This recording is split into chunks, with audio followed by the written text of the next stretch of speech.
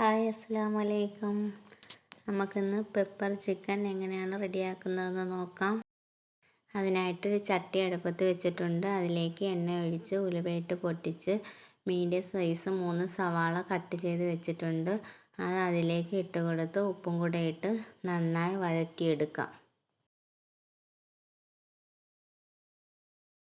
സവാള ഒന്ന് വാടി വന്നിട്ടുണ്ട്. ഇനി അതിലേക്ക് ഇഞ്ചി വെളുത്തുള്ളി ചതച്ചത്, 2 പച്ചമുളകും 1 തക്കാളി കട്ട് ചെയ്തതും കൂടി ഇട്ട് കൊടുക്കാം.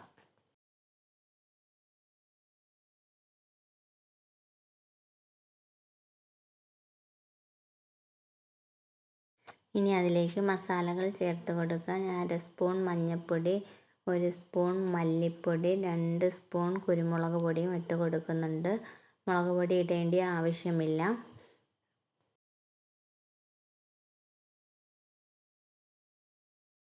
മസാലകൾ ബ്രൗൺ നിറമാകുന്നത് വരെ നന്നായി ഇളക്കി കൊടുക്കാം. ഇനി അതിലേക്ക് ക്ലീൻ ചെയ്ത് വെച്ചിരിക്കുന്ന ചിക്കൻ ഇട്ട് കൊടുക്കാം. ചിക്കൻ ഇട്ട് നന്നായി ഇളക്കി യോജിപ്പിച്ച് അടച്ച് വെച്ച് വേവിക്കാം.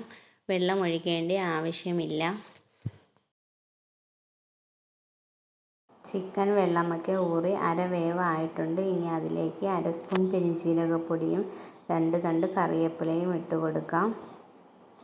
ആവശ്യമെങ്കിൽ ഉപ്പും കൂടെ ഇട്ട് കൊടുക്കാൻ മറക്കരുത്. ചിക്കനൊക്കെ വെന്ത് റെഡി ആയിട്ടുണ്ട്. ഇനി അതിലേക്ക് 1 സ്പൂൺ കുരുമുളക് പൊടിയും കൂടെ ഇട്ട് കൊടുക്കാം. നമ്മുടെ പെപ്പർ ചിക്കൻ റെഡി ആയിട്ടുണ്ട്. എണ്ണയൊക്കെ നന്നായി തെളിഞ്ഞ് കിട്ടിയിട്ടുണ്ട്.